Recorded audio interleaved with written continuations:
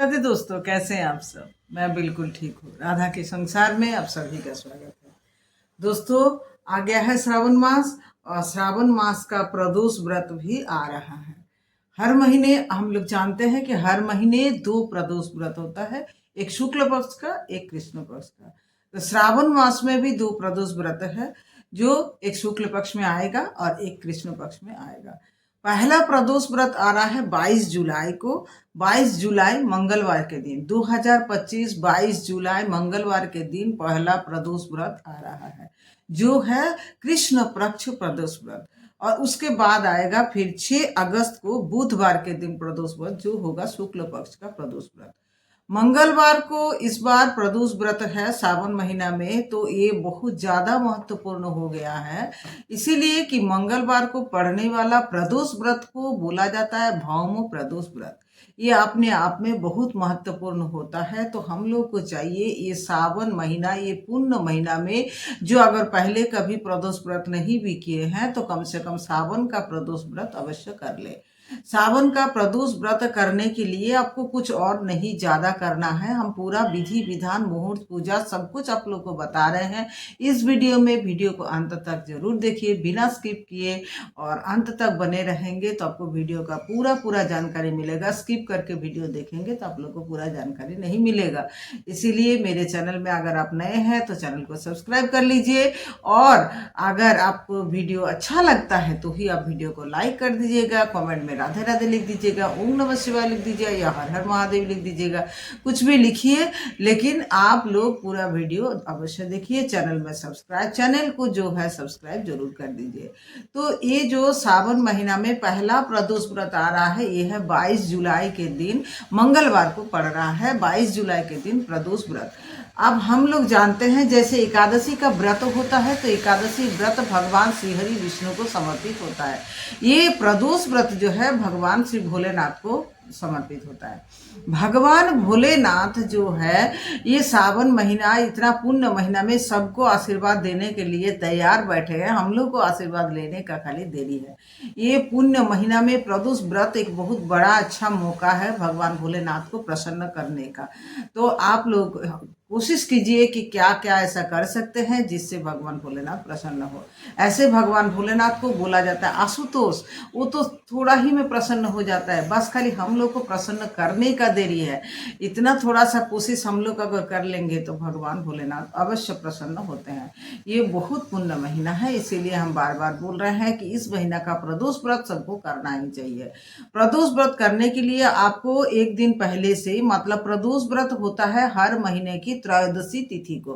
तो त्रयोदशी तिथि इस बार दो ठो त्रयोदशी तिथि आता है हर महीना। 2 त्रयोदशी तिथि, एक होता है कृष्ण पक्ष में, एक शुक्ल पक्ष में। इस बार जो प्रदोष व्रत आ रहा है 22 जुलाई को, वो है त्रयोदशी तिथि आ रहा है। वो त्रयोदशी तिथि में होता है, वो हो रहा है श्रावण महीने की कृष्ण पक्ष में त्रयोदशी तिथि 22 जुलाई को मंगलवार के दिन। इस दिन प्रभु बजरंगबली का भी पूजा होता है, इसीलिए ये प्रदोष व्रत भी बहुत बड़ा महत्वपूर्ण हो गया है। अब इस प्रदोष व्रत करने के लिए आपको त्रयोदशी तिथि में पूजा करना होता है, इसलिए द्वादशी तिथि से आपको शुद्ध सात्विक भोजन ग्रहण करना होगा, पूर्ण ब्रह्मचर्य का पालन करना होगा, अच्छा से नहाना होगा। अगर बाल धोने का दिन है तो धोइए, क्योंकि द्वादशी तिथि को बोला जाता है बाल नहीं धोना चाहिए, तो बाल पहले ही धो करके साफ सुथरा अपने आप को रखिएगा। और उसके बाद आपको जो है त्रयोदशी तिथि को आपको प्रदोष व्रत रखना है। प्रदोष के दिन आपको सुबह जल्दी उठना है, फूल बेल पत्ता सब कुछ का जुगाड़। अच्छा, और एक गुरुत्वपूर्ण महत्वपूर्ण बात जो है, त्रयोदशी तिथि को बेलपत्ता तोड़ना नहीं चाहिए।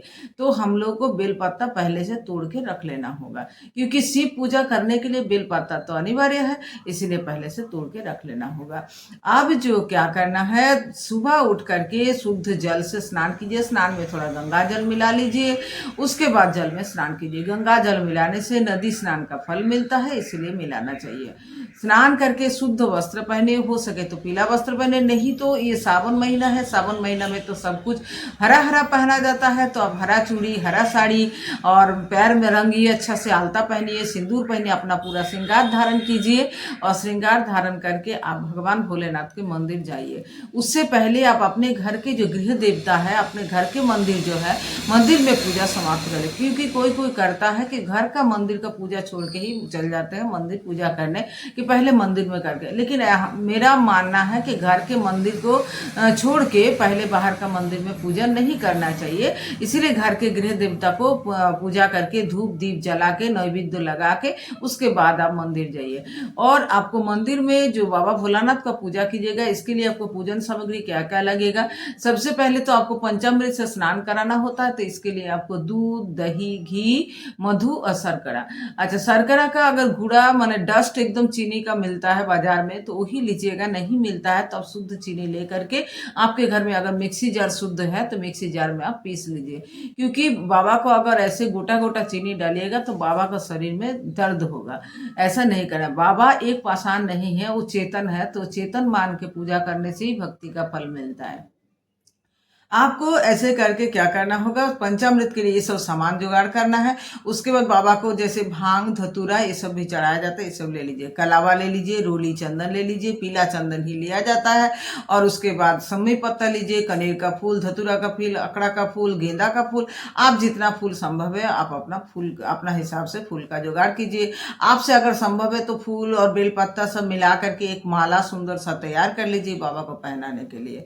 और फल में आप 5 फल ले सकते हैं, नारियल पानी चढ़ाने के लिए नारियल ले सकते हैं या डाब भी ले सकते हैं, जितना आपसे संभव है आप अपना जगह। धूप दीप के लिए लीजिए। और आपको चाहिए कि आप मंगलवार के दिन हनुमान जी, जब आप जा रहे हैं शिव मंदिर, तो हमको लगता है कोई भी शिव मंदिर ऐसा नहीं है जहाँ हनुमान मंदिर नहीं रहता है, तो हनुमान मंदिर को मंदिर में जलाने के लिए आप चमेली तेल का दीपक ले लीजिए और शिव मंदिर में जलाने के लिए आप घी का दीपक ले लीजिए।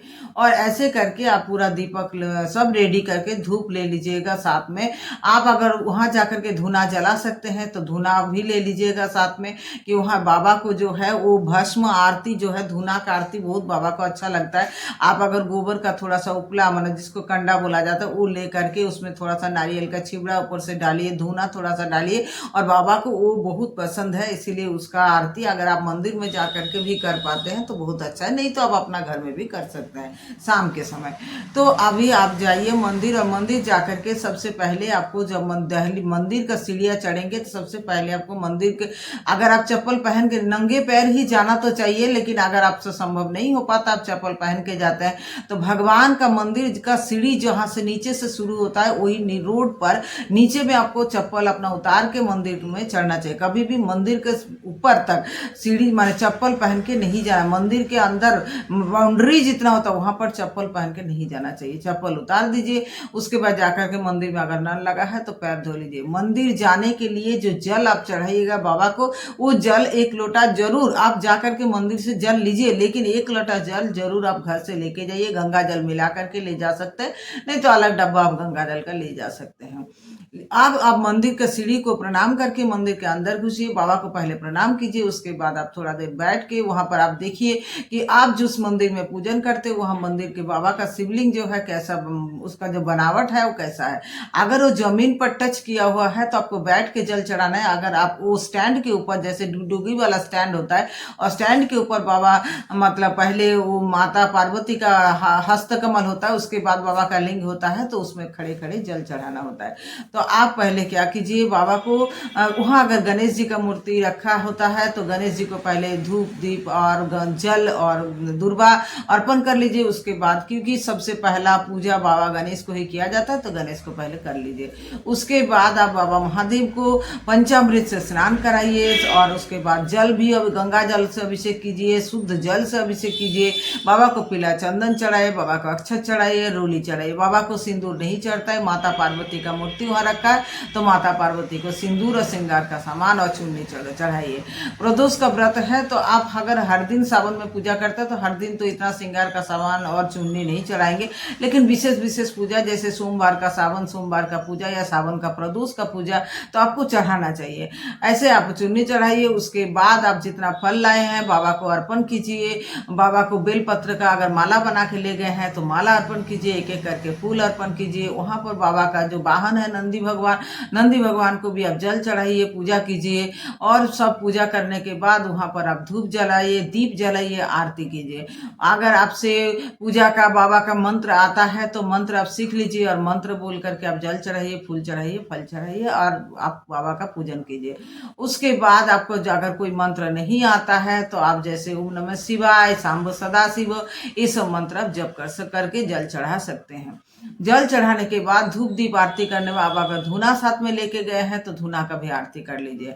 आरती करने के बाबा का जो अब जल चढ़ाइएगा तो थोड़ा सा जल जो लोटा जो आप लेके जाते हो कभी भी खाली लेके मत आइए, उस लोटा में बाबा का चरणामृत थोड़ा सा लेके आइए। कोई चरणामृत पीते हैं, कोई नहीं भी पीते हैं, बोलता है नहीं पीना चाहिए। इसके भी ये बहुत बड़ा चर्चा का बात है, इस पे विषय में हम नहीं जा रहे हैं। आपको अगर चरणामृत पीना है तो आप पी सकते हैं, नहीं तो बोला जाता है ऐसे 3 उंगली में चरणामृत डुबा करके ऐसे करके लगाया जाता है यहाँ पर और 2 आंखों में चरणामृत को लगा लीजिए।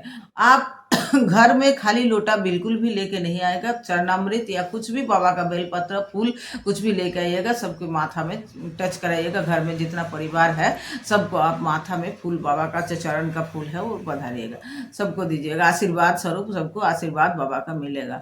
घर आने के बाद आप अगर कहीं भी मंदिर से जब आप घर आते हैं तो कहीं और मत जाइए, मंदिर से सीधा अपना घर ही आया जाता है। क्योंकि मंदिर से अगर आप जो भी पॉजिटिविटी लेके आ रहे हैं, आप अगर दूसरा के घर जाते हैं तो वो पॉजिटिविटी फिर दूसरे के घर में आता है। आप कुछ पूजा पाठ कर रहे हैं तो अपने कल्याण भी तो चाहते होंगे ना, तो इसीलिए आपको मंदिर से सीधा घर ही आना चाहिए। और घर आके आप अपना घर में अगर प्रदोष व्रत किए हैं तो आप अगर एक बार फलाहारी का व्रत का नियम लिए हैं, संकल्प किए हैं कि हमको दिन भर के बाद एक बार फलाहारी करेंगे, तो आपको शाम को पूजा के बाद आपको फलाहारी, शाम में अगर आप अपने घर में शिवलिंग रखे हैं तो घर में भी शिवलिंग का जल चढ़ाइए, पूजा कीजिए। और शाम के समय जिसमें बोला जाता है सूर्य अस्त जा रहा है, चंद्र का उदय हो रहा है, उस समय में बैठ करके घर में भगवान शिव के सामने आप फिर से पूजा कीजिए, नाम जप कीजिए। आप अगर गुरु दीक्षा लिए हैं तो गुरु दीक्षा का ज्यादा से ज्यादा जप कीजिए, धूप बत्ती कीजिए, आरती कीजिए। बाबा को जो 2 मुखी एक दिया लीजिएगा जिसमें 2 ठो लौ बनाइएगा और 2 लौ जला के, मतलब एक शिव बाबा का हो गया, एक पार्वती मैया का हो गया और उनको आरती दिखाएगा।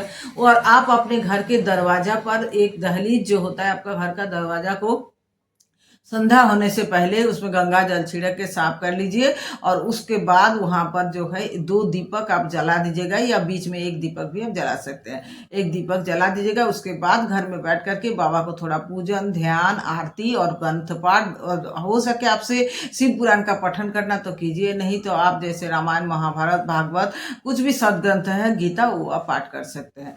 आपका पूजा ऐसे अगर संध्या के समय जब समाप्त हो जाएगा उसके बाद आप फलाहारी ग्रहण करते हैं तो एक बार फलाहारी में जो भी फल में आता है सब आप ग्रहण कर सकते हैं। आप अगर भोजन ग्रहण करते हैं तो बिना नमक का मीठा भोजन आप ग्रहण कर सकते हैं। ये प्रदोष व्रत का नियम है कि इसमें नमक, चावल ये सब ग्रहण नहीं किया जाता, तो ये सब आपको वर्जन करना होगा। आपको उस दिन अगर आप प्रदोष व्रत कर रहे हैं तो शुद्ध सात्विक मन में विचार रखना है, किसी का बुराई नहीं सोचना है, किसी का बुराई नहीं करना है, निंदा कुत्सा नहीं करना है, गाली गलौज नहीं करना है। और अपने परिवार में जो सब लोग हैं, सब परिवार है, तो परिवार को आपको भोजन देने के लिए शुद्ध भोजन ही बनाना पड़ेगा और सबको शुद्ध भोजन ही खिलाना पड़ेगा। ऐसे जानते हैं श्रावण महीना है तो सबको शुद्ध प्याज लहसुन, मतलब प्याज लहसुन तो बहुत परिवार में खाते हैं, हम देखे हैं, लेकिन मीट मछली अंडा नहीं खाते हैं। लेकिन हम बोलेंगे आप जिस दिन विशेष व्रत कर रहे हैं, जैसे सावन का सोमवार का व्रत या सावन का प्रदोष का व्रत, तो उस दिन आप घर में शुद्ध प्याज लहसुन बिना ही भोजन बनाइए और सबको खाने के लिए सात्विक भोजन बनेगा। तो बोला जाता है जिस दिन विशेष पूजन होता है उस दिन व्रती जब व्रत करता है तो उसके नाक से अगर वो प्याज लहसुन या तामसिक भोजन का सुगंध भी अंदर जाता है, वो सब गंध भी अंदर जाता है, तो उसमें भी व्रत भंग हो जाता है। तो उस व्रती को व्रत भंग ना हो इसके लिए मतलब सोचना चाहिए और बिना प्याज लहसुन वाला खाना बना करके, भोजन बना करके अपने परिवार को देना चाहिए। तो ये सब था प्रदोष व्रत का नियम। आप लोगों को मेरा ये जो वीडियो है प्रदोष व्रत में हम एकदम डिटेल्स और एकदम ईजी नियम हम बताए, एकदम सरल भाषा में हम आप लोगों को बताने का कोशिश किए। अगर आप लोगों को मेरा ये वीडियो अच्छा लगा है तो मेरे चैनल राधा की संसार को सब्सक्राइब कर लीजिएगा और मुझे आप लोग बहुत बहुत आशीर्वाद दीजिएगा, क्योंकि अभी जो है मैं ये तो सावन महीना शुरू हो गया है तो इसका व्रत भी तो शुरू किए हैं, पूजा करते हैं। ऐसे भी हम चातुर महीना का व्रत में है, तो आप लोग मुझे आशीर्वाद दीजिए कि मेरा जो चातुर महीना का व्रत है बहुत अच्छा से और मेरा बीमारी शरीर में ना हो, हम बहुत बिना बाधा के पार कर सके। आप लोग आशीर्वाद का मुझे बहुत जरूरी है। आप लोग जितना ज़्यादा मुझे आशीर्वाद देंगे मुझे शरीर में शक्ति मिलेगा और मुझे शक्ति मिलेगा तो हम व्रत ठीक ठीक पूरा कर सकेंगे। राधे राधे दोस्तों, खुश रहिए, प्रसन्न रहिए, आनंदित रहिए। राधे राधे।